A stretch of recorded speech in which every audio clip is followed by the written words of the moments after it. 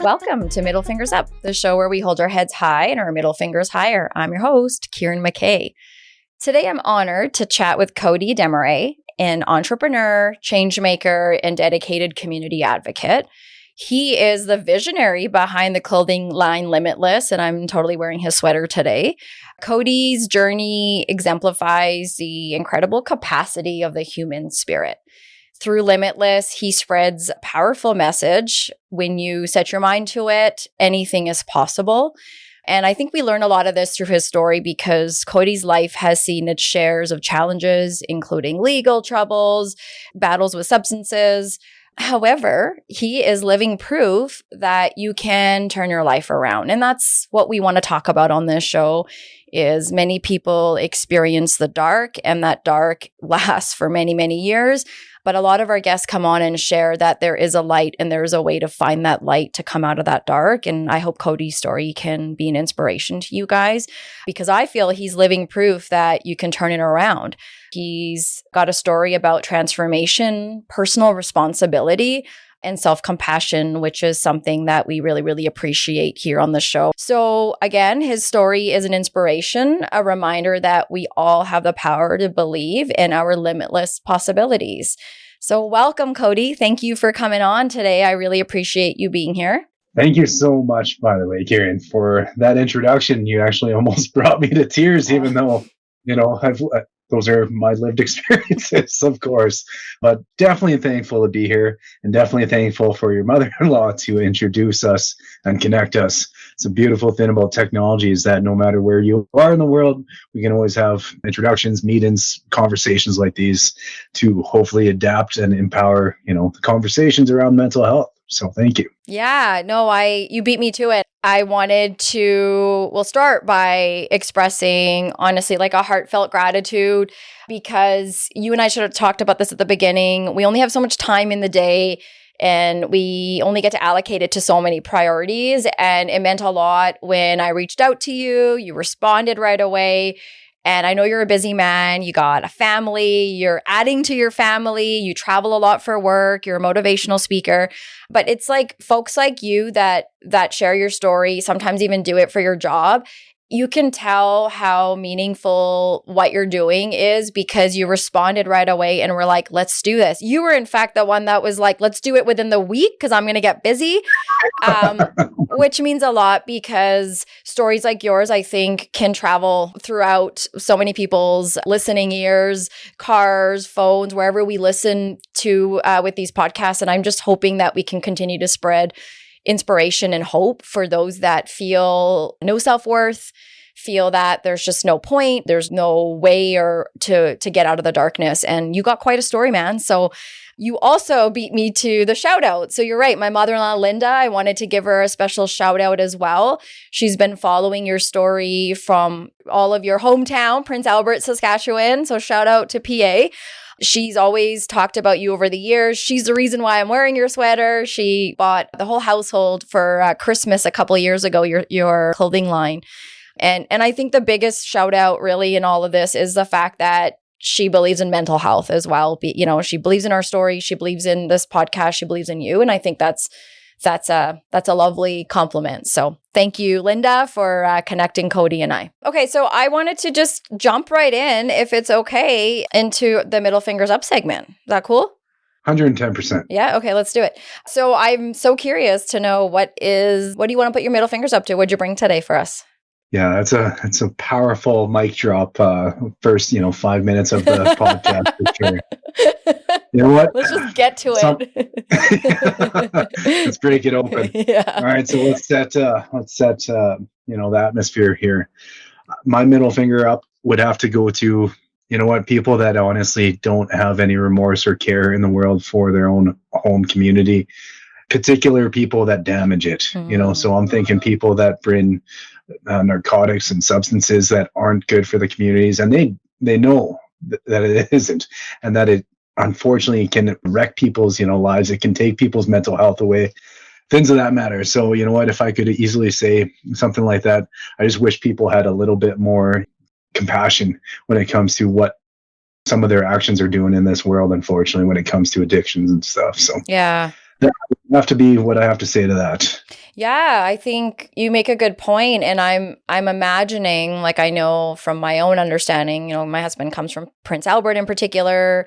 He grew up there. My mother-in-law's lived all of her life essentially there, and they even recently moved out of 50 years of living back home because of how drastically that's just an example. The city of PA is changing, and in terms of being unsafe for a lot of people. So that city is an example of so many towns and cities and places in Canada, let alone North America, where there is a lot of vulnerability. And it's like those are the places these drug business folks are making their ways. And so people that have a harder time saying no, people that don't have access in the same way, get access to some of these substances, I can imagine. And is that sort of what you're saying along the lines of just the vulnerability so many people have, and at the same time, they're getting mixed up with substances that others are making it such easy access to, I guess is what I'm saying.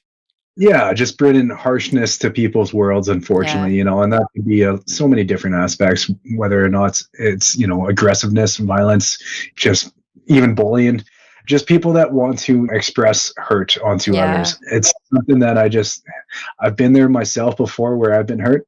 And you know what? Full transparency, I've been toxic in my own life too, when I was going through a lot of pain. And I do understand lots of times when hurt people, it's exactly because they're hurt. You know what I mean? And lots of times too, unfortunately. And so if I could say one thing in my message, of course, is, understanding that you're hurting people, but at the same time to reflect and to take a moment to sit still and reflect on how do you not hurt people anymore in your own life? Because we all have healing to do, no matter what stage of life we're in. Mm-hmm. And, before we kind of stop reflecting that pain onto others, we have to, realize that we have to basically calm and relax and heal and recover ourselves, more or less. And I'm on a continuous work in progress when it comes to that myself. Every single one of my speaking engagements comes down to, I love doing it as a career to take care of my family. I love doing it to hopefully put people on a better path than what I used to be on. But at the same time, it is a very healing, and it's something I do on a continuous basis for my own healing as well, in the same right. So. Yeah, I think that's really well said. And I think, a piece that really stands out to me is all of our guests that come on talk about self-compassion. And in order to look after each other and others, we have to start with ourselves. And you say it so well when it comes to inflicting pain. Sometimes we inflict outwards. We don't know how to manage. We deflect, we defend, we do all these things.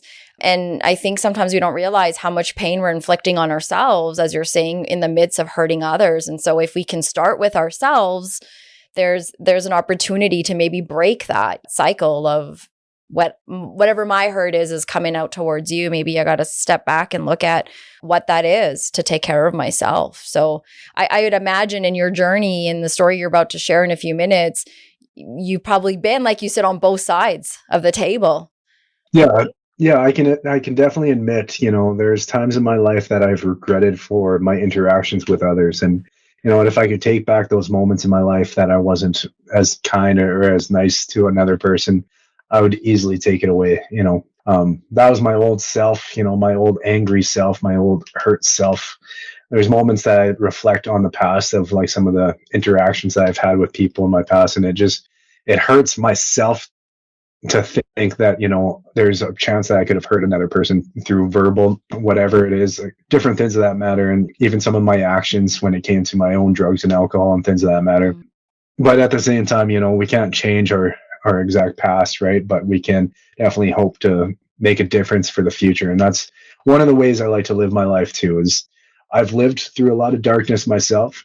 It's one of the reasons why I like to share my message about, overcoming those obstacles, because if I can change maybe somebody else's perspective about maybe not going down the similar paths. Well, then all that hurt from me, and I'm okay with it, that I've accepted it and I held that in the past. As long as maybe somebody else takes a little bit of a better path moving forward, just by simply hearing a message or a podcast episode, a story, whatever it might be. So Yeah, no, that's well said. I think it's interesting that you brought this up as your middle fingers up because mine's very similar today too. So the part that you just ended with is actually what my middle fingers up is. So, when you're trying to make life changes, and you just talked about it too, you look back now and I'm sure you see parts of you that you aren't even you anymore, but you can't let go because you're connected to it. It's still your story. And yeah. like you said, we're all work in progress. And so I'm just finding sometimes with friends that have known me for a few years now, or even certain relatives that have known me for a few years now, they don't know how to let go and they stay connected to that part of me that isn't serving me anymore. So I know I've done my own share of hurting people. So said nasty things, did things, maybe it wasn't compassion, understanding to people in my life in the way that I would be today. And those circumstances have taught me over the years of that's not how we want to be as humans. So sometimes, when you talk and you tell these loved ones something about you, it's like they bring you back to, oh, I thought you were the one that did that one thing 20 years ago to that guy. Or I thought that you were the one that used to always say whatever it was. Or it took you that long to realize that. And so I've been finding these kind of responses. And it's not just to me. I'm seeing other people in circles saying this to each other. And you kind of step back and you think, oh, it's so interesting, like how sometimes our loved ones or people that we're so connected to also have a hard time letting go of the way that they've seen you be or not. So I'm imagining you've experienced situations or maybe you have a story of, where people held on to the past perceptions of you as you're trying to make a change. Have you experienced that over the years? And if so, like, how did you manage that? Oh, 110%. And it's even through my own kind of healing journey and stuff like that, I'm really figuring out things like that. People in our past lives come up to us or come into our lives that challenge us a little bit to see where we are now, more or less, whether or not it's a subconscious or unconscious decision to challenge us, to just see where we're at. I think it's also the universe just testing us a little bit in the waters, seeing how we handle a situation like that now. And it's almost kind of like a little hidden joke. I like to look at it as if you think you've done a lot of healing, you think you've done a lot of recovery. Let's just toss this little curveball at you and see how you handle it. Giving myself into faith like that, that it's sometimes the universe, maybe higher power, whatever you want to call it, just kind of giving you a little test to see how much work you have done. It's allowed me to forgive some of my old actions and some of my own decisions, and as well to forgive myself for even getting a little upset, but also understanding that my getting upset now compared to 5-10 years ago is quite different. It's on a whole different ball game. And when you say you have people maybe come into your life that challenge you to like where you are now compared to where you've been in the past, I still have a huge time in my life trying to even do that to myself, or trying not to do that to myself. So full transparency, I deal with like severe to high ADHD. I definitely feel with, I do believe, dyslexia, I think, because every time I'm reading something, I have to reread it a few times just to make sure that like my words aren't jumbling around. And so for me personally, one of the biggest goals that I have professionally is to actually create an autobiography. And so, you know what, I'm getting to like 60-70% almost there completed. And you know what, like if I asked myself 10 years ago if this was ever going to be something that I want to contribute to the world, I would have definitely said that's an easy no. But you know what I mean? We grow, we evolve, and we move forward, and it's beautiful, because if we stayed the same exact person our entire lives, I don't think we would. I don't think there'd be much substance to that, to be honest. Oh yeah, I mean, I don't know if I'd want to be that same person I was 10 years ago, even 5 years ago, right? And I think you say it so well. That was a really nice. If anyone was watching this, they'd see me have a legit aha moment. As you're saying, sometimes it's the universe sort of challenging us. And I think that's a really nice way of looking at it is, yeah, when maybe those loved ones or those friends make those comments, it also got me thinking, well, maybe they have unfinished business with that part of me too, that I haven't addressed with them as well. Like it's easy to sit on one hand. I started this middle fingers up to these people, and now I'm like, damn it, I'm the problem. You said it, we can only start with ourselves, right? And so it's interesting when we have these interactions, we think someone else needs to do something different or make this change. But when we truly do work on that self-awareness, it's like, oh yeah, I'm connected to this. I think I should look at that in a different light of, okay, maybe that's just a reminder of I still have work to do, or how am I going to handle this situation in comparison to 10 years ago? If you had said that, I would have lost my mind. So it's a nice way of looking at that. I appreciate that. To reflect back on what you said about maybe we have some work to do ourselves and stuff like that, I also do believe there's always two sides of the coin, right? If somebody is maybe projecting something onto yourself too, that could also be in their very right, some work that they have to do as well too. Yeah. We can't take ownership completely for every person's projections onto us as well. And it's a fine line to walk, most definitely. But one thing that I found over the past few years is that I've came across people in different situations. So to speak from one example, we can get into a little bit more of this coming up, but so the car crash I was involved in, of course, years ago. It's one of my main speaking points of what I speak on against drinking and driving now. But I remember walking into, a lounge when I was driving a couple buddies to this lounge. And this was a few years ago. And I was walking to a table that I recognized, and I seen a few old buddies I played hockey with. And this was already when I'm, on my speaking kind of journey, a little bit of the recovery, a little bit of the healing, becoming an entrepreneur here a little bit, and just trying my best to kind of give back to the community as much as possible.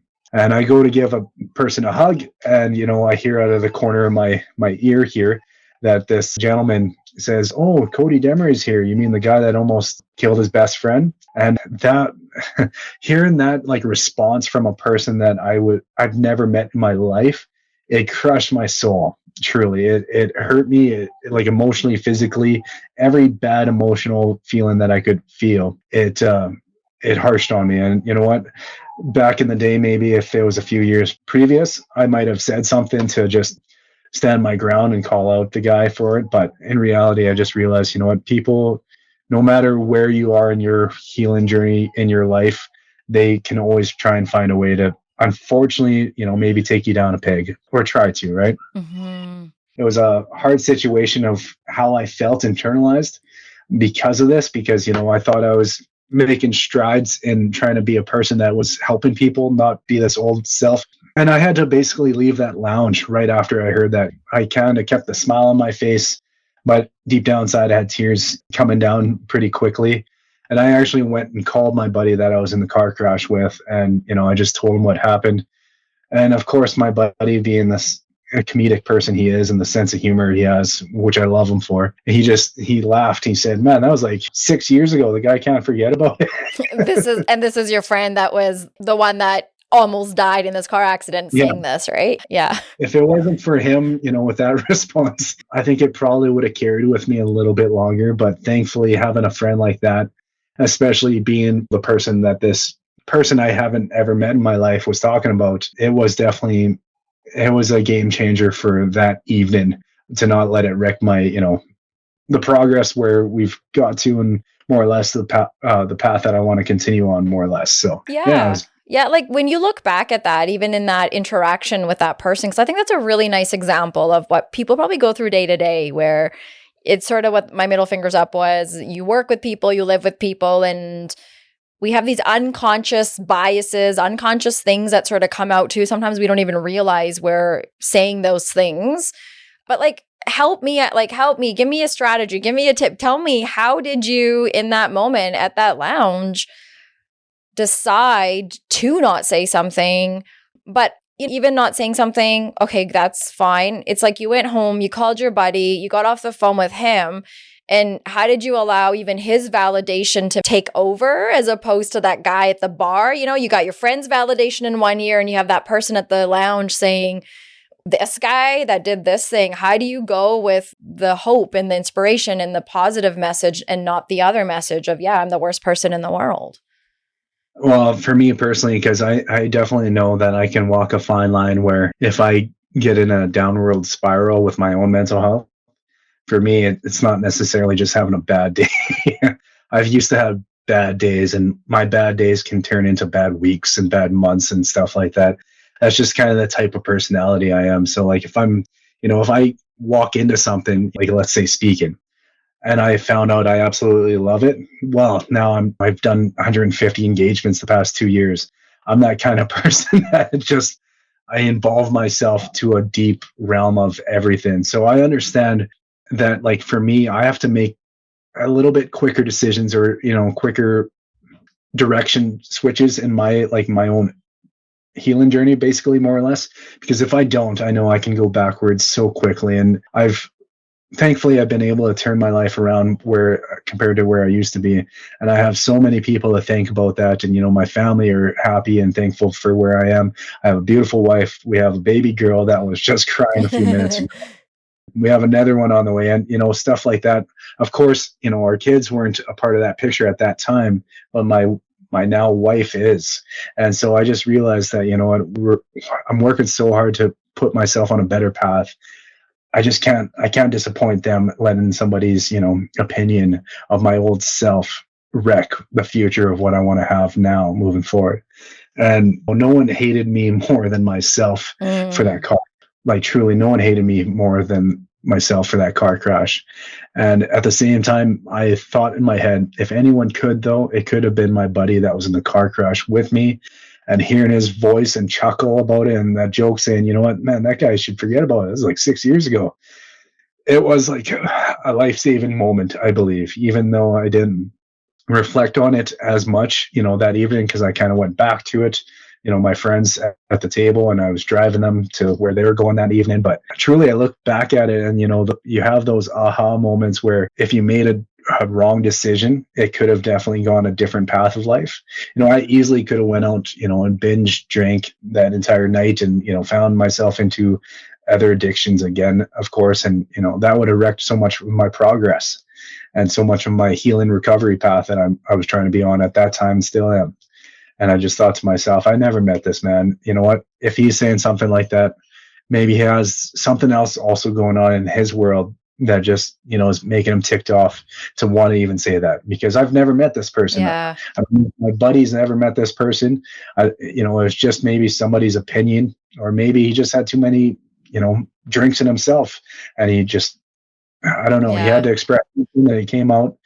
And I thought, if I've never met this person before in Prince Albert, chances are maybe I will never meet him again. I'm just going to go on about my life, and I'm not going to let a stranger, wreck my evening or my path of what I was on at that time and still am. So, Again, I'm going to keep saying you keep making good points. Like you had said this a few minutes ago too, about ownership, that there's that fine line of, I have to be, I have to build self-awareness. I have to work on my stuff. I have to be responsible for the things that I say and do.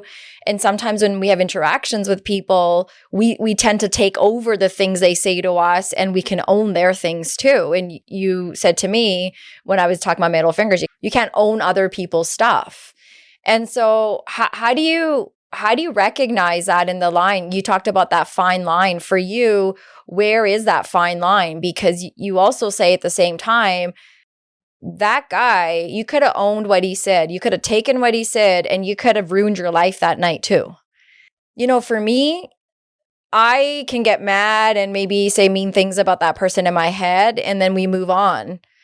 But like for someone like you and a lot of people out there that have been victims of addiction, have suffered through these traumatic experiences, that fine line is like there constantly. How do you not allow it to take over? Is that a fair question? Yeah, no, like, just to go back to it, I think if it was my friend just being there on, with me, even over a phone call, just saying, you know what, man, like, guy can forget about it now. It was like 6 years ago. Yeah. That really helped, having your friend who was in that situation with you be above that, I guess, fine line for you. Yeah, I think that was probably one of my biggest saving graces that evening, when it came down to it. don't get me wrong, self-reflection, your calmness, your patience with others, it's always a work in progress, like we kind of mentioned before. But at that moment, I know I wasn't as strong then as I am now. And I'm thankful for the progress, but truly my buddy just, happening to be able to answer his phone right there at that moment was also a bigger sign to me saying, you know what, we're working in the right direction. Let's just keep moving forward. Let's not, this was a speed bump at the best. Let's make sure we keep on the same path. And, my best friend's been there since the moment he got out of the hospital, since the moment I got out of, the correctionals because of it. And he was one of my groomsmen this past year for our wedding. I was one of his last year for his wedding. And it's a friendship that, I say to a lot of kids at schools when I go and travel to, not everyone might have a friend like this at this moment, but I promise you, moving forward, that friend is out there for you, that no matter what, wants the best for your outcome. And if they don't want the best for your outcome, maybe they're not necessarily always a friend that's going to be with you for the rest of your life, because everyone deserves one of those friends that no matter what has got your back. Totally. Right. And it's a beautiful, empowering, compassionate, beautiful relationship that everyone deserves, I think, truly. Yeah. And that's just one thing that I'm thankful for, everything we've been through in our lives. And we're still that, that tightness of friends. You can have 1,000 friends, or you can have 10 really good ones that want anything for you in the world. Right.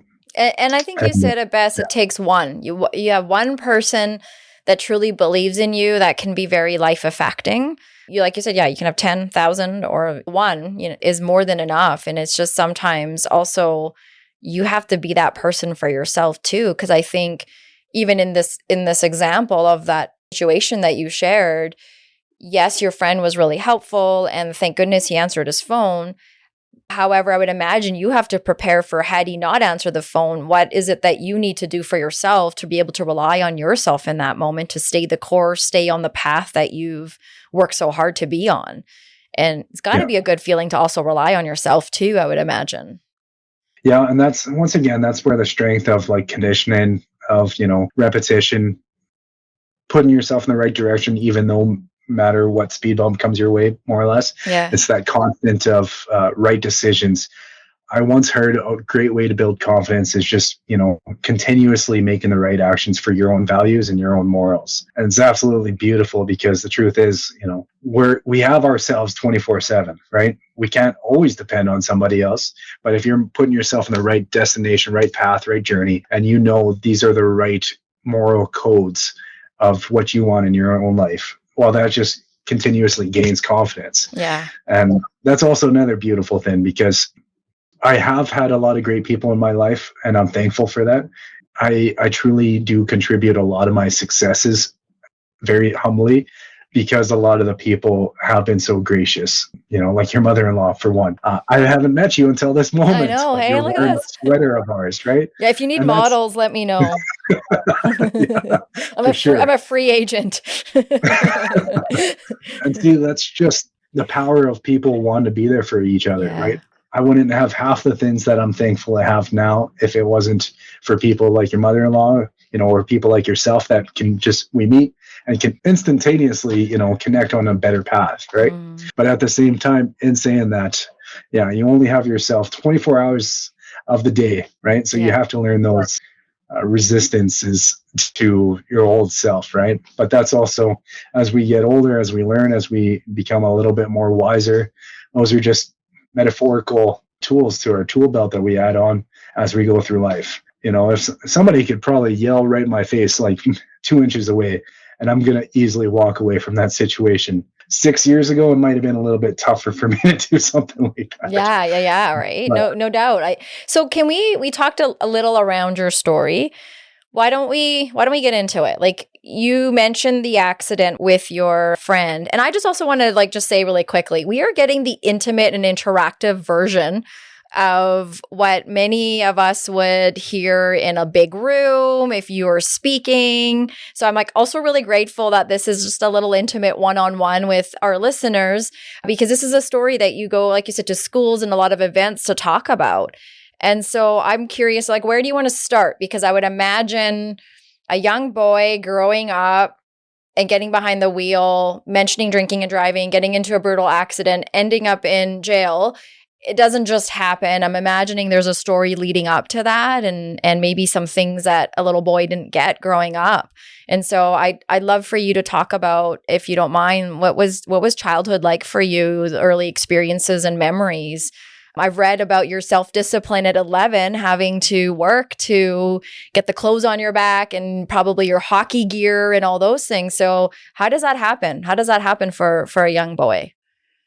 Yeah, so not to give you the whole hour-long keynote presentation for sure Yeah, that because we got to we do pay on the for regular that basis. one. Yeah, we'll do as best as possible as we can here for everyone listening. So, like, truth be told, yeah, I grew up in Prince Albert, born and raised by a single mother who I know did the best possible way for me to uproot me and my older brother. So my mom, very hardworking lady, also worked at Warehouser in Prince Albert. So Warehouser was basically a staple of our local economy, where people like my mother, including of 700 other people that probably counted on as a good paying job, really depended on that job as taking care of your family, your mortgage, your grocery bills, and everything else included, kids' sports, everything like that. When I was about 10 years old, I do believe it was, my mom got a letter in the mail, or I think it was a letter when she arrived at work one day, saying, you and everyone else, I'm sorry, but you're going to have like 2 months left to find a new job. My mother worked there for 28 years, almost 29 years. So to do anything in your life for 28 plus years and then to go in 2 months, okay, well, now you got to switch directions. I think that would be tremendously hard on anybody. I'm 29. So I haven't done anything besides breathe for 28 years. But, in return, my mom, I remember her coming home from work and seeing a lot of pain, a lot of sorrow in those eyes, because it went from, being able to take care of my family, being able to take care of the mortgage bills, whatever, to immediately I seen, a little bit of scarcity, a little bit of worry in her eyes, unfortunately. And, just her taking care of things mostly by herself. She did her best. She got severance a little bit, but not, I don't think it was half as much as she would have if she was there for like another 3 years or something like that. She went from, making 40 some dollars an hour for years to working as a waitress and a bartender at a local pub here in PA. So it went from basically, I like to say abundance to a little bit of more scarcity, more or less. And so I'm not saying we ever starved or anything like that, but I definitely know, my mom had moments of me growing up where bills were a little bit of a scary situation internalized, right? Because she had a young boy like myself growing up, she had to take care of. I remember getting taken to watch the Prince Albert Raiders play hockey quite often here in PA from some good family friends that I grew up with here in PA. They would, pay for tickets. They would pay for some slushes and food and all sorts of stuff. And they did this before my mom lost her job, and they did it after my mom lost her job. And it meant even more after my mom lost the job, because they know, well, he's not going to always have these kind of nights where he has all these nights out and, things of that matter, where he doesn't have to worry about paying for a ticket and stuff like that. So very thankful for that. But of course, seeing the passion, the team commitments and the high fives and the smiles and intensity, when it became to players on the bench or in the corners, I fell in love with that partnership of a team being on each other's sides, basically. I remember going home after watching one game and telling my mother, to be honest, I want to play hockey one day. And I was already at 11 years old at this time. And truth be told, I was like stepping on skates once or twice a year before that. So I was basically Bambi on ice. Didn't really belong on ice at that time. That's okay. But once again, I remember my mom, being upset because she wanted me to play hockey. It's not like she didn't want to put me in to play hockey. But I realized I had a couple decisions to make. Either I get a job, start taking care of some of the things I want in life, or I just kind of forget that. So short story sweet, I got a job taking care of people's yards and stuff, cutting grass, which led to me, of course, being 12 years old, 11 years old, having a pocket full of cash, my own self, feeling like I was taking on the world a little bit. And then I started a very dangerous mindset. I started to develop a very dangerous mindset, comparison to others. At a young age, I learned that when you compare your life to somebody else's life, it's one quick way to ruin your own happiness. I've seen it time and time again. And the truth be told, even at 29 years old, living those past experiences, if you're not conscientious about, comparing yourself to others, you can still down that rabbit hole, unfortunately. Even at So 42 years old. So I hear you. yeah, I hear you. What a lesson to learn, hey? yeah, Okay, so what happens? What happens then as you're comparing to others? yeah, and that's one I share quite frequently to schools as well. The comparison to others is a dangerous slope to ski down, basically. But Well, and also like at that age, right? Like if we just look at identity, like at 12, 13, it's biological for every child to start to develop, who am I? You it's a kind of like the first time you start to recognize what's outside of you in your home. So yes, that is definitely a time for, it makes sense why at that age you start looking around and comparing to others. no, I definitely agree with you on that. It's a very hormonal stage as Yeah. well, and aware a stage, right? You start coming alive a little bit more of different perceptions. Very true. It's a fine age to be more aware of what the world looks like, basically. And And especially if you're looking for belonging, a sense of belonging, I would imagine, right? Too, at that age. yeah, that was a huge part of everything too, because like I said, my mom shift work. My brother's 10 years older than me, so we didn't necessarily hang out, So the people that I stuck close to were the people that were babysitters at the time, or my mom when she wasn't working, and she would go work for 4 days, 12-hour days in a row, or sorry, 12 hours in a row. It did left me susceptible to not knowing necessarily where I belonged. And that was a big part of it too. It's almost a natural instinct. I think it is a natural instinct for human beings to want to belong, right? Yeah. So I grew this persona of basically comparing myself to other people, dangerous mindset, because I looked at a complete family with the mother, the father, things like that. And I looked at people saying, how come I can't have that? Or how come I have to work to go play hockey or buy some of the clothes I want to wear? And it's a bad mindset because you know what? I truly believe as well. I said the other half of my successes are a lot of gracious people helping me out in the past and just sharing my message or purchasing some of our products, whatever it might be. Another good chunk of that is the work ethic it ingrained in me to work so young. And I'm thankful for that now. I just wish I would have known that back then. So it's another thing I tell schools and kids at a young age. It's okay to work for some of the things you want in life. Just know that it's a gift. It's not a curse. But knowing that, comparing myself to others as well, not knowing where I belonged, I really started to get attracted to trying to find ways to cope with all the internalized issues that I had going on. And so drugs and alcohol became something that was wide open in front of me. And it was something that maybe I thought to myself, this is how I'm going to deal with some of the stuff I'm going through. Of course, obviously not a very good way of dealing with a lot of your issues that you're dealing with. But it did eventually, grow a persona that I had basically of this person, that this was a rambunctious person, a person that didn't care what people thought. Internally, I cared extremely what everyone thought, but I was pushing people away, because my actions. And pretty soon it got to my actions pushing away people just here and there, to a point of, I was this person in high school that really wanted to show the world that I didn't need a single person in the world. And I was going to do this by getting myself in altercations or trouble with the law, or, getting myself so high or drunk that I couldn't function or I couldn't walk straight, which led to this unfortunate car crash where me and my best friend were at a house party about a week before grade 12. We get behind the wheel, or I get behind the wheel so intoxicated that I could honestly, like, more or less be hooked up to IVs and get my stomach pumped, not necessarily be behind the wheel. Where I still remember me and my best friend, of course, smiling ear to ear, as one of us just told each other a joke.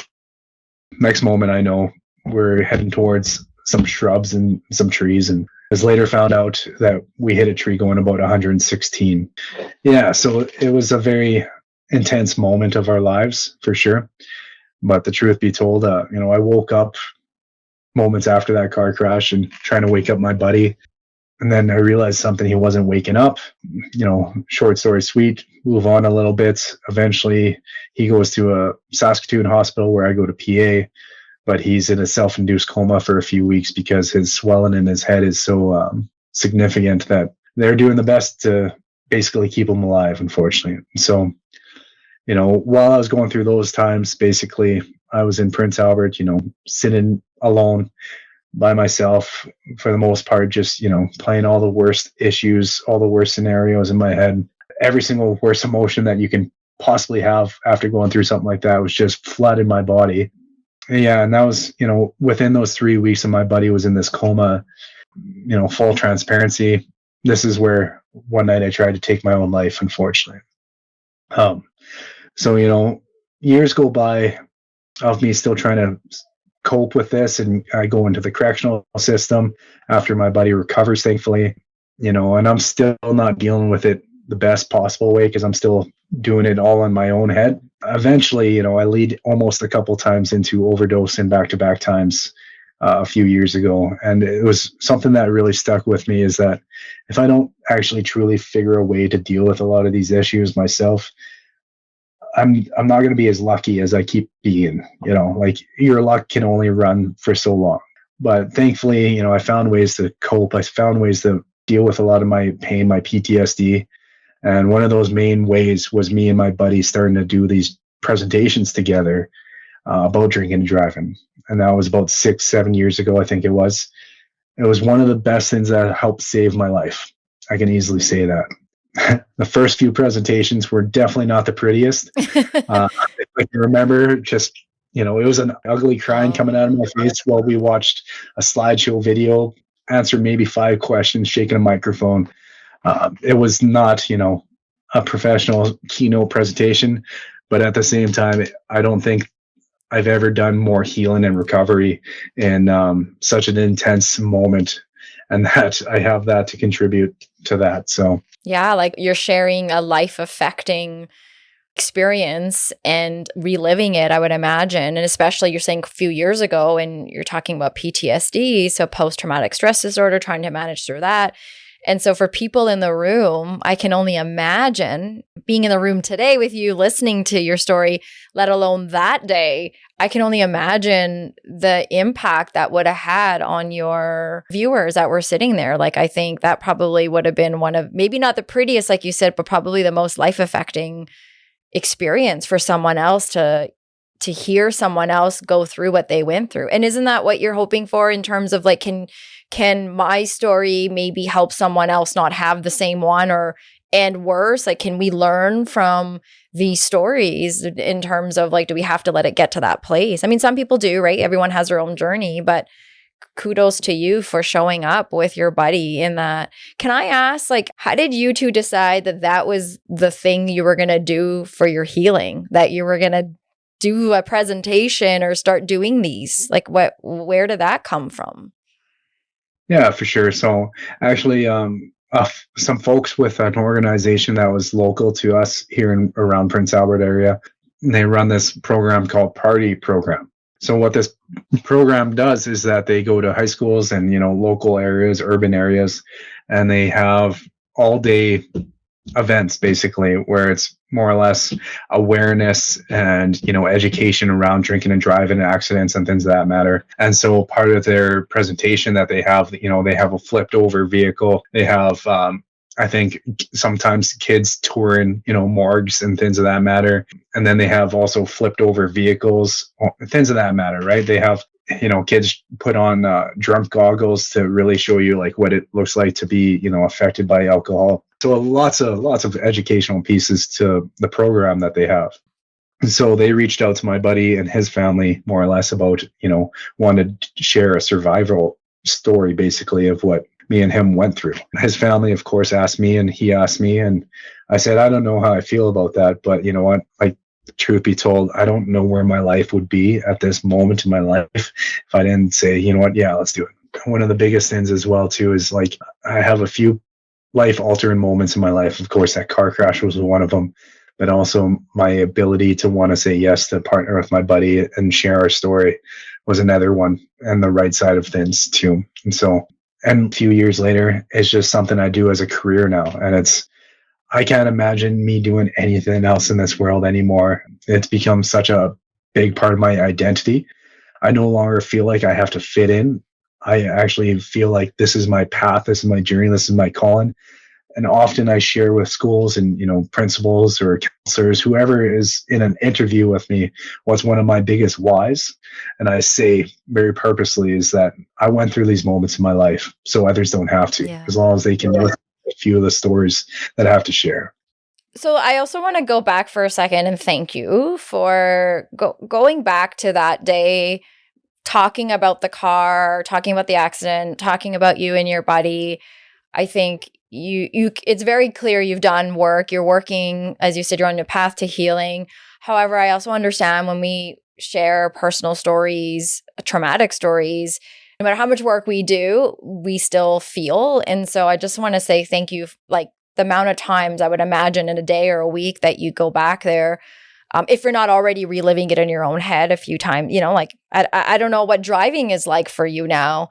Getting behind a wheel, like do you feel like further away from that incident, or is it in the front seat with you when you're driving? And is it in the back in the trunk? Like where, what's that like for you?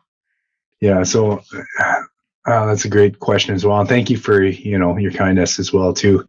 A big moment in my life when I realized I had PTSD was, I think it was like something like 2 years or 3 years after that crash, after I got out of the system, after I got off of curfew and everything like that. I think it was when I got my license back, actually, because I lost my license for about 3.5 years. At the time, I was with a close friend that meant something a great deal at the time to me. And we were driving back from Alberta, just on a little trip or something like that. We were watching a UFC fight, I think, in Alberta. So we went for a little trip.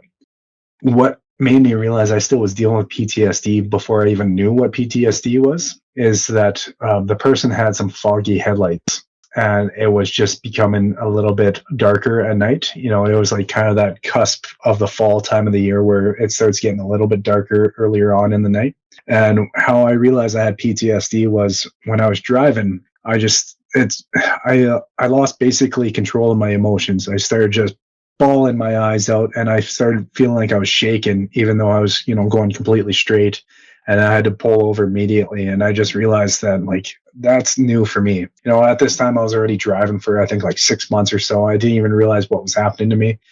I just realized at the time I was losing a little bit of my awareness to my surroundings, basically, right? With the foggy headlights, a little bit darker out, somebody that I cared about at the time a great deal in the passenger seat. And it brought me back immediately. And this was like, we're laughing, we're joking. And then the next moment this happens. And I just thought to myself, it's not new because it's been with me since, but at the same time, my awareness and this reaction to it was new. And don't get me wrong, I still didn't deal with it properly for a couple of years after that. But now we're at a point where, I can still feel a little upset if I'm with my family and I'm driving. Road conditions aren't the best.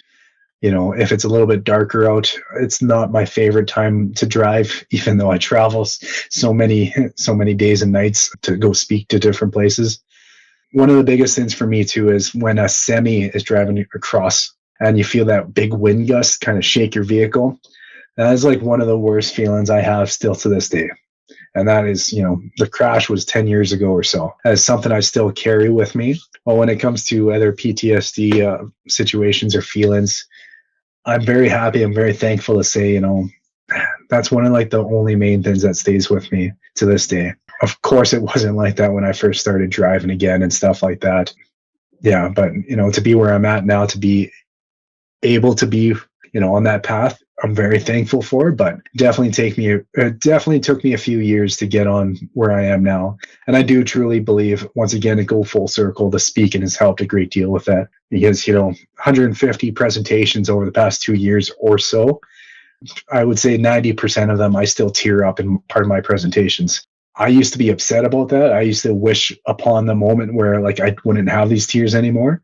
And then I just realized that, that's a part of my story. That's a part of that connection. And maybe the kids or the, treatment center or the wherever the audience is I'm speaking to, maybe they can see that and they can sense that this is real. I truly believe once that goes away completely, maybe that's when I stop doing this same presentation more or less, because I feel like that's where that connection kind of disappears as much. So Yeah, that makes sense. And I also think the tears, the emotion. I'm glad you didn't stop with emotions, because I don't know how one could share such a traumatic story and not get that way. And I think, often it's, are my emotions taking over me, or do I have a good handle on them? Because I also see what you're trying to do. You don't want a room full of people feeling like they have to now take care of you. You want to own your story. You want to be responsible for it. And I think showing those kind of emotions are so impactful, because it's not a Netflix film that we're all talking about. It's real life, man, right? And I think that's the difference. That's what separates us from all these stories we want to know about all these celebrities and their life, and we miss out on everyday folks like you and all these other guests that have come on, those people sitting in the room that are facing these issues every day. And to have someone come in and a man, right? Like, I think that's the other thing, to have a dude in the room being like, yeah, I'm crying now. I think especially in those schools with young kids, particularly young boys that are figuring out their own stuff, to be like, yeah, okay, this is okay. I would imagine that you would have had to do a lot of wrestling with forgiveness over the years. Like, what does forgiveness mean to you when you think about that? So, like, you know what? Full transparency. Thank you for that as well. Again, full transparency, though. I did a couple presentations last week, and I mentioned, there's still moments in my life that I hold on to this situation, and that I still sometimes don't fully forgive myself. And just being transparent, being authentic like that, I think it does definitely reaches the kids a little bit in a different way. But, saying that stuff out loud, it makes me realize that, what, there may never be a moment in my life that I 110% forgive myself for everything. But still, once in a while, that thought comes to my head. But at the same time, pushing past those moments, like we kind of mentioned before, maybe it's a test to where we are now. It's to see where we're at with our recovery, our healing. And, every once in a while, a situation can come up, like that gentleman maybe saying those few words in that lounge. And it makes me realize, it brings a lot of happiness to myself to know that these moments in my life can come up, but I no longer run to the instantaneous way to cope and medicate, with drugs and alcohol. People ask me all the time how long I've been sober and stuff like that. And that's a great question. I have tons of friends that haven't drank in years, and I have nothing but the highest respect for them. If you want my full transparent answer, I can have a beer and I can leave it at that, thankfully enough. I had a beer maybe like 3.5 months ago. That's the last time I had a beer. That's, I don't really look forward to it, but thankfully I'm very happy to say drugs has been a few years for me. And you know what? That is like one of the biggest rewards in my life, because that used to take my soul. It used to take my personality. It used to take every ambition out of me. And that no longer a part of my life. Mm. And that's something I'm thankful for. Mm-hmm. What about, you good? Yeah. I was going to ask you, you talked about the accident, if we can go back there for a second. And you also mentioned earlier on, when you briefly mentioned the accident, that your friend ended up in ICU and then you ended up in jail. You went to a correctional facility for youth, I would imagine, at that time? No, the crash actually happened when I was 18. So I was an adult, actually, even when I got finally charged and everything of that matter. So I was 19. Thankfully enough, I actually got my court hearing pretty much through grade 12 adjourned, because I knew internally that when this time was up, my time to pay my consequences was up, I was going to jail. Mm-hmm. Everyone in my family didn't think so. A lot of my friends didn't think so. They said, this is your first time that you're convicted for anything, you're not going away. Internally, I said, okay, that's what you think. That's okay. But I had a lawyer at the time. And honestly, one of the main purposes that I just wanted her was to help adjourn my court case, because every second or third month, I think through grade 12, because this crash happened about a week before grade 12 started for me and my buddy, every second or third month, I would have a court hearing with my charges getting read out loud and stuff like that. And basically, I would say, can we just adjourn it? It's not because I wanted to run away from it, because I knew that wasn't a possibility, and I knew I didn't want to in the first place. I knew I had to pay for consequences, but at the same time, I knew I wanted to graduate grade 12, and I knew it was going to be so much harder to try and graduate, taking online classes or whatever other classes I had to after my time away was finished. And I truly didn't know whether or not I was going to be gone for a year or, what I had for time left, basically. And so thankfully, my lawyer at the time, which my dad helped me with, adjourned 3 or 4 times, I think, throughout the grade 12 year. And it was about a month and a half after grade 12 was done, when other kids are planning their, university, college, career, whatever, family. I was getting sentenced to 6 months in the men's correctional in Prince Albert. And, I was only there for a few weeks in the men's correctional until my age, my convictions. I think I was just a person that was able to go to a work camp with less precautions, more or less, compared to maybe somebody else. And so I actually was thankful enough to get sent to a work camp, which I'm actually hopefully trying to talk to them about actually coming to speak to some of their guys there now to make that circle go full circle, which would be really cool. But so it was Monday to Friday, basically chop trees down. You haul them out of the bush, you take them back to the compound, you chop them in firewood sizes, chunks, and you do that Monday to Friday, 8 hours a day for $5 a day. Wow. Yeah. I'm imagining you're also like getting ripped while doing this too, because it's like legit wood choppers all day long. Yeah. I wish I could almost go back to that, how good in shape I was at that moment. I bet. Yeah. I mean, we make a joke about it, but seriousness though, did you think that was a blessing at the time, that you were like very fortunate to end up being part of that program? You know what? That's another thing too, right? Like, we can go left, we can go right in our path of life.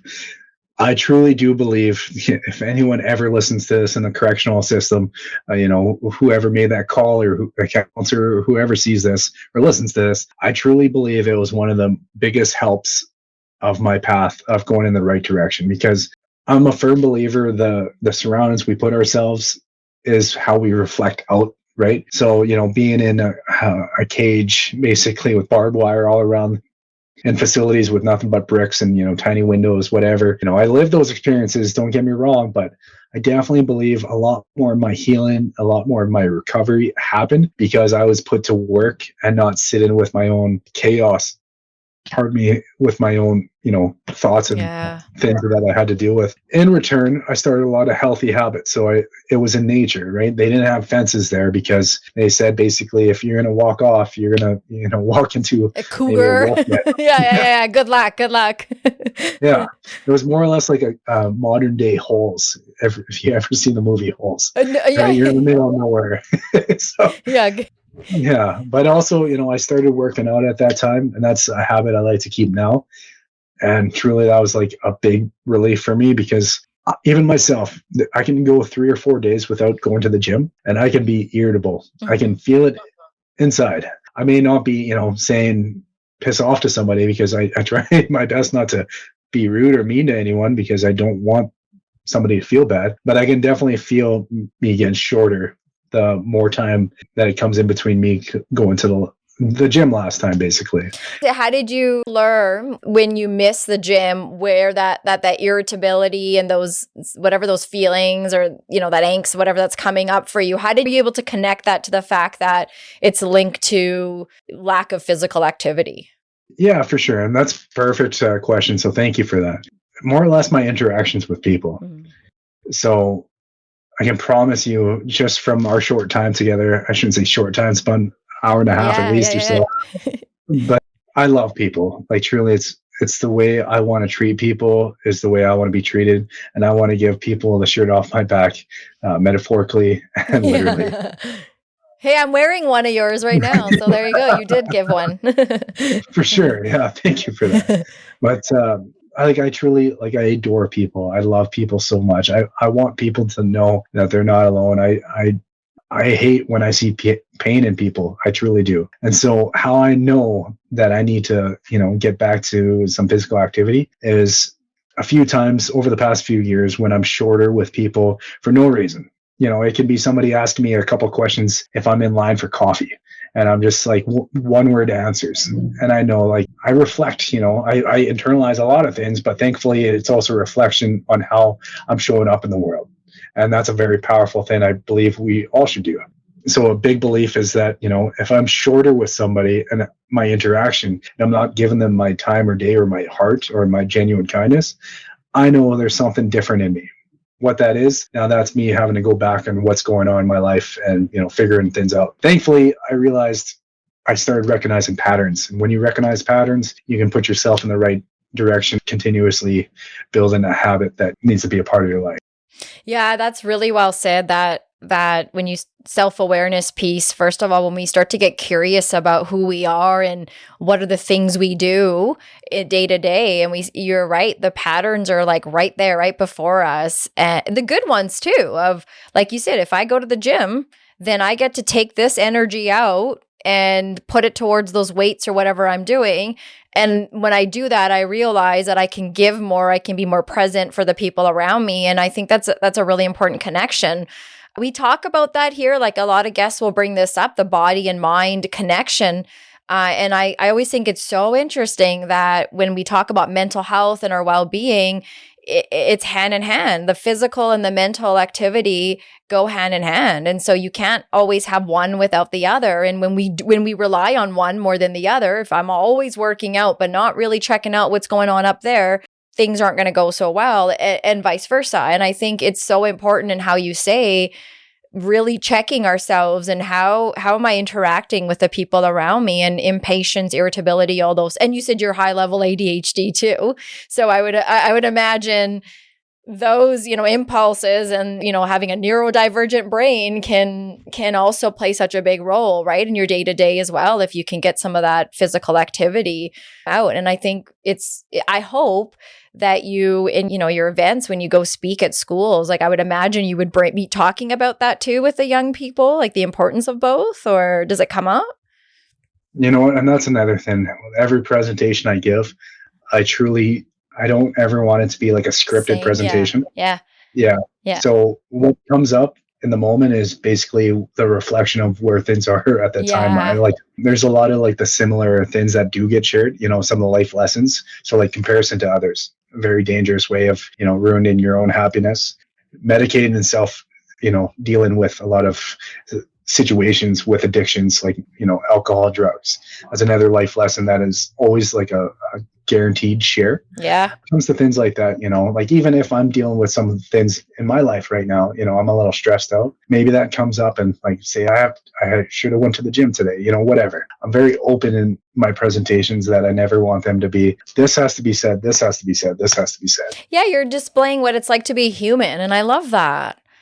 Right? Like as you're doing the big picture healing, you're also being a human every day. And like the rest of us, you have day-to-day battles of, do I get out of bed and go to the gym? What will happen if I don't? Do I eat this, not eat this? Oh, do I go apologize to my wife for that thing I said? Like, and it's nice that you go there, because I think, especially for young people, sometimes they think everyone else has it all figured out. And I know for anyone that has imposter syndrome, that's what we think, that looking at you, looking to these other people, like, oh yeah, Cody has the willpower in a way that I don't. And I think you do a really nice job saying, actually, it's in us to go down all these paths. It's just where somebody said to me yesterday, like, what are you willing to do about it? Do you have that in you? And how do you find that light in you to help you be willing to do something? Can I go back for a second too? Because I had a question about your time at jail. I have a bone to pick with the criminal system and our, the world of the law. And I know I'm not the only one, but I'm just curious, and I don't know this, so maybe I'm off, but you have a traumatic accident. You have to, rightfully so, get charged, go through the legal process. You were drinking and driving. You were 18. Fair enough. We get that. In any of this process, or every 3 months when you went to court, like, was there anything being brought up about how are you, kid? Because you are still a kid. You're 18 years old. Like, has anyone at this point, when this is happening, as you're trying to finish grade 12, done therapy, offered therapy, talked to you, asked you, like, are you okay, even though you were behind the driver's seat? I know it's easy to think you're the bad guy in this, and maybe you felt like you were the bad guy, but like, where was the support coming from, if at all? Was it coming? Yeah, you know what? That's a great question as well too. Full transparency, part of like the cops come to my high school and saying you're gonna have to get charged. Did you drive to school today? We got to take your license. Like this all happened in my principal's office, and it was intense at the moment because I'm just coming out of welding class with my coveralls, and my principal comes and gets me and says, "Cody, you have to come to my office." And you know what? I love the lady who she is now, and you know what? I do believe she helped me a great deal, and I've mentioned this to her a few times that she told me that maybe you should talk to somebody as well. Like after this was all sorted out with the cops and stuff like that, but she actually directed me to the school counselor, which me and that school counselor have, remained in contact here and there a few times over the past few years. And she says she watches me from afar, which is pretty cool to hear, and she said, "I'm so proud of you," and stuff like that. And that's another thing I'm thankful for. And, so if it wasn't those two ladies, my principal saying, "Okay, this is stuff we have to deal with, understandable, but you should also go and talk to somebody about this because you shouldn't be in your own head." Even though lots of times I pulled back from it, of course, going to speaking to anyone because I didn't think that's what I had to do or what I should have done, or if people knew this, they think I'm crazy. All these sort of generic, scenarios we play in our head. But I do contribute a lot of my, self recovery, my self-reflection to just some of those conversations. Whether or not I stayed with it continuously or not, that's a different story, but just being in that setting opened me up to a little bit more of the healing journey that was possible, and that thankfully I live now. So both of those ladies I talked to here and there stuff, very very thankful for those ladies. Of course the school counselor, and then of course my old principal, that was very helpful in that moment in my life. And you know what? Even hearing from some of the officers, like, you know what, man, we know this is a big hiccup, but you know what? If you ask a lot of the guys, a lot of us been in the same boat. Hearing that from a few of the officers, I'm not saying names, of course, or anything, but I just want them to know if they ever hear something like this too, that meant the world to me as well. Hearing even a correctional guard here and there say, you know what, I've been there myself, and just like little tiny sentences that were like 10, 20 seconds, and just saying good luck moving forward or whatever, just like in the back of my ear, as I'm going through all the craziness in my own head, just hearing these little tiny sentences, right? It just goes to show you that it truly, you never know the impact that you can have in somebody's life in a moment, a lifetime, whatever it is. All it takes is like 10 seconds for you to possibly change somebody's whole perspective or somebody's entire life moving forward. Yeah, it totally. And like also, I think it also goes to show for someone like you, like I'm just thinking of you. You're a kid essentially, and you have your ears open because I can tell you want to hear that too in the moment. You only, I would imagine, heard those things from the guard at the corrections facility, the officers, your principal, because you're looking for belonging. Like this whole story is about this kid trying to find his sense of belonging and figuring out all these ways. And now this really terrible life-changing thing happens. And you probably feel like you're, a POS, right? Like you're just the worst thing in the world. I can't believe I did this, almost killed my friend. And it would be very hard, I would imagine, to accept any positive feedback or feel like I'm worth people fighting for. And the fact that you allowed those words to come through as positive feedback, I think that also goes to show that like we all, no matter how bad we can be, we all need that. We all need that support. We all need that love. And I appreciate those people in those moments that did that for you too. That, yeah, you can be a guard at a jail. You can be border patrol. I have a problem with border patrol officers. You can be an officer. You can have somebody that has authority. Absolutely. But man, how you decide to use that authority, like you said, is very inspiring, I bet, right? Those guys could have treated you like crap, or they could have said, "You matter too, kid." Yeah. And that's maybe a lesson that I like to teach, other people, that like, no matter what you've been through, that's why I still want to go into the correction systems and give speeches, right? Because yeah, it's testing my boundaries of comfort, but at the same time, I was a part of that system myself. Sorry. Yeah. I know where a person can go in that situation. But like, just to reflect on that a little bit too. So I closed down my physical storefront that I had, 3 months ago, 4 months ago. I'm not great with timelines whatsoever. Especially But after like, COVID. yeah, especially, yeah. I had a gentleman come into my store that was actually a guard within the facility I was mentioning before. And, last time I was there was like 10 years or 9 years previous to this moment in my life, a few months back. He said, I just want you to know, man, that, me and the other people, like the other guards, we talk, obviously. And we as well too, we hear from you, we watch you from afar. We just want to, I just want to let you know we're all pretty proud of you, because it's not every day that somebody goes through what you did and goes to where you are now. And man, I swear, here's this big, tall jail guard. I start tearing up right in front of him. I go back to me being that little scared kid that didn't feel like I belonged again anymore. And I felt accepted. And, I can have every, aspiration or ambition in the world set in stone and written on a piece of paper and put on my vision board. But when somebody takes the time to see you and hear you and lets you know that, you might have screwed up in the past, but the path you're on now is inspiring. And to hear that as much often as I hear it, it's honestly one of the best ways for me to keep going. And it's terrible to say that at the same time. Like, I'm not trying to get praise constantly, but it does help me just keep feeling that fire of wanting to keep going. Yeah. I'm not saying I do it, but it helps, But yeah, and I appreciate you saying, like, that's not, I hear you. It's not necessarily what you're asking for every single day. And, you've also talked about self-reliance and providing that validation for yourself. And we also talked about that's what forgiveness is for. But you're human. And we know day in, day out that when someone leaves us with a bit of hope and bit of light, how far can we take that? And the next person we see, we get to pay it forward. And it's a beautiful chain reaction. We also see what happens when someone takes away from us and says that guy that almost killed that guy, we know what that can do. And we have choices every day when we are before people, how we want to leave them. And I think that guard, like, what I like about what he did is he did not have to come in and tell you that. He could keep having those conversations. And I think we do that every day. We think about people. We think, how's that guy doing? How's that person doing? But we don't always let people know, right? Because we get busy. And there's nothing better than someone sending you that text or showing up at a place of work or in a moment in life when you didn't expect it, saying you're all right. Like, keep doing what you're doing. And I think that is really impactful.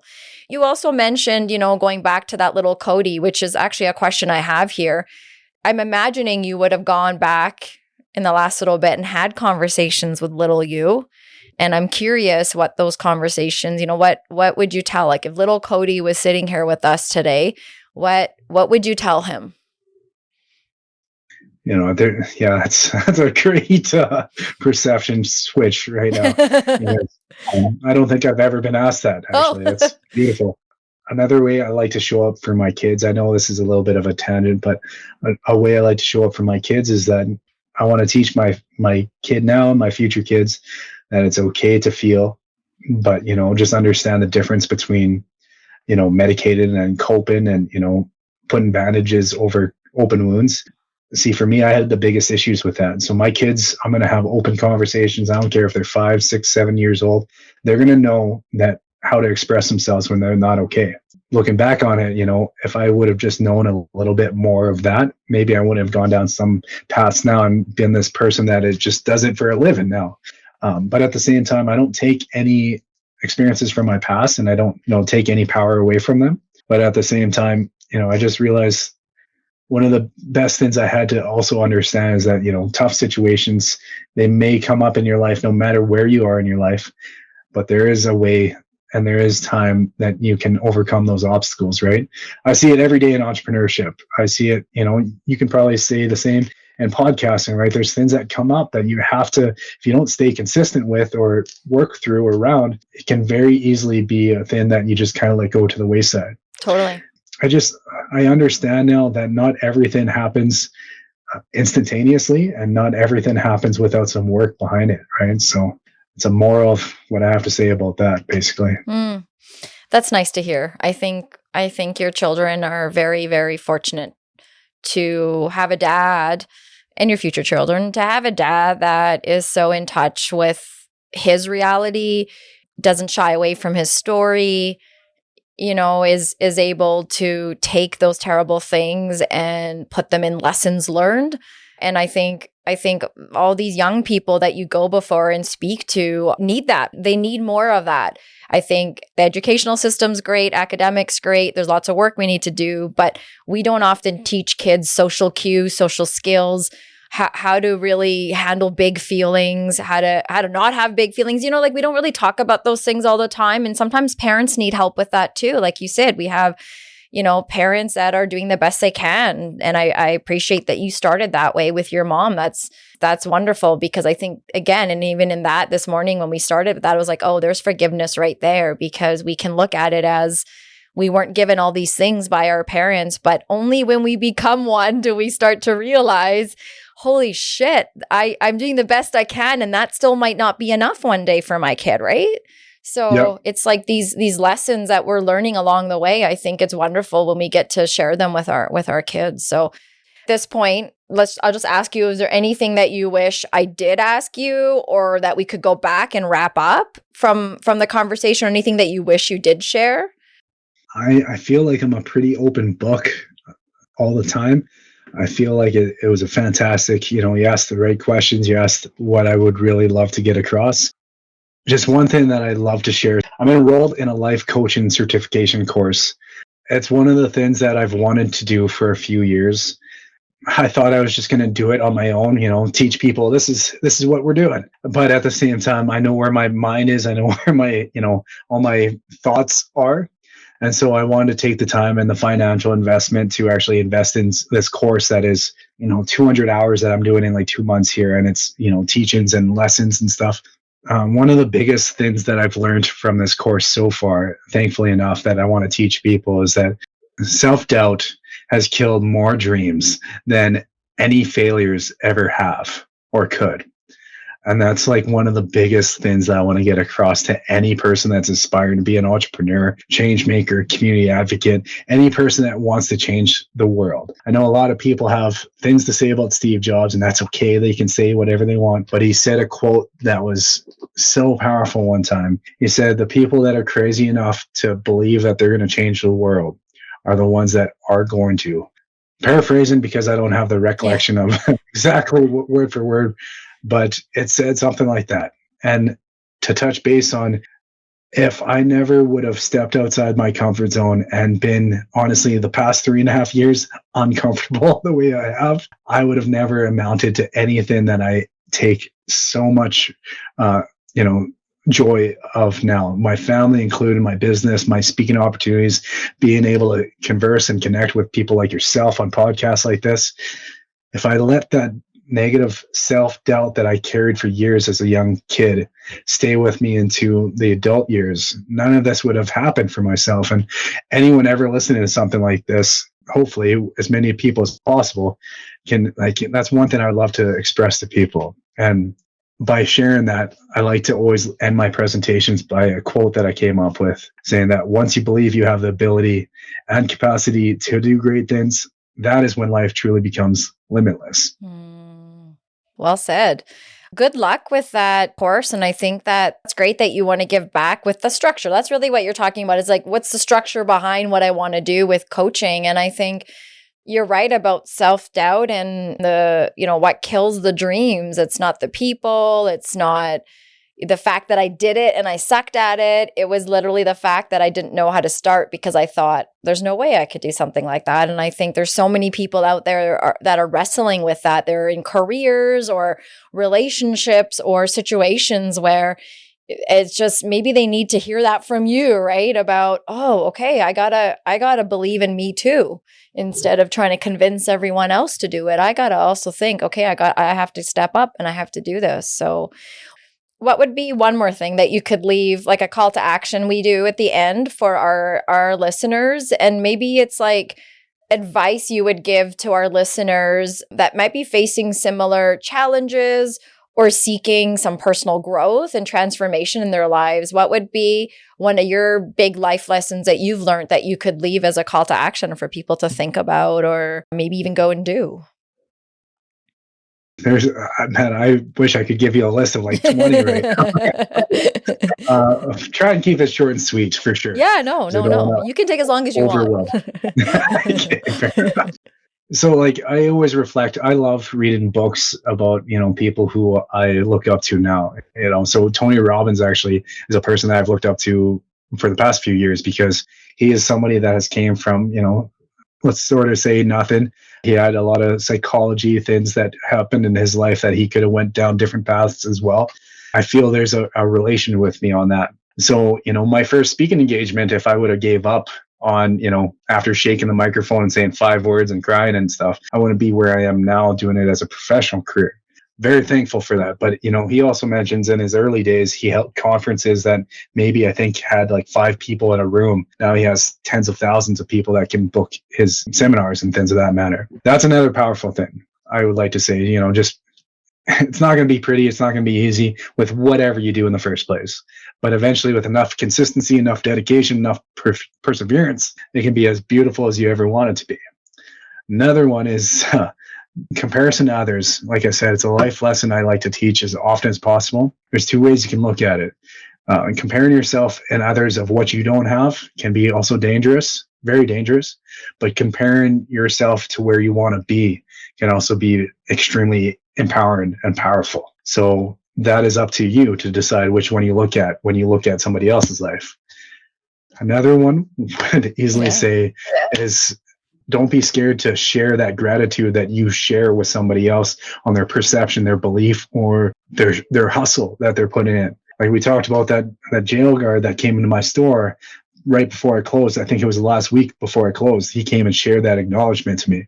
Another thing that I want to work on is this gratification of every single day, every day of our lives, just be grateful for whatever you can find. But at the same time, don't only be grateful for what you have. Be grateful for what somebody else is doing in this world, like yourself with this podcast, right? Beautiful to have these conversations have happened. But at the same time, if you're watching somebody from a distance, if you're following along somebody's journey or path, don't be too shy to let them know that they're doing an amazing job if that's what you think they're doing. And it can be somebody that you've talked to once in your entire life, but you still follow them from afar. You have no idea how encouraging that is for somebody to hear that once in a while. That person that you follow from afar could be going through a world of hell that you know nothing about until you say those very kind words because you believe that they're doing good in the world. So just taking that 30 seconds that it takes to share how that person has made you feel in the past or in the future or the present is one of the most beautiful blessings you can give to another person. I'm just want to throw that outro music on and shut it off after that because I don't know what more to say. Honestly, I know what I want to say. I want to say thank you.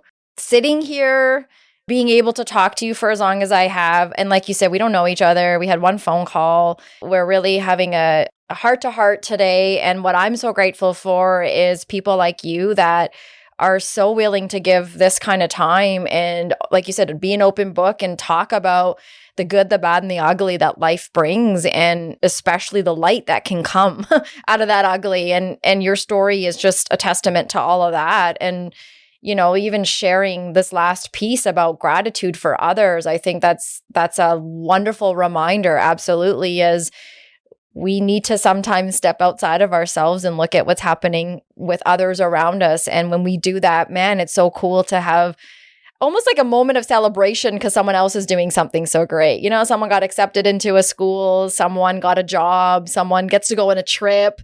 Yeah, 110%. I mean, why not be the ripple effect that you want to see in the world, right? Yeah. I just want to say thank you so much once again for having me. Past couple hours flew by. Like, honestly, we could have probably done a 4-hour podcast. It really did. I was so nervous. So thank you for also telling me last night, don't be nervous. Because man, he's like a speaker. And what if I ask questions or stumble, because you know how we get in our own heads, right? And like you said, self-doubt, dream crusher. I'm going to use that now, by the way. I really appreciated that. Thank you. Thank you for that. And quality of your sweaters, I have to say, is it's like they're amazing.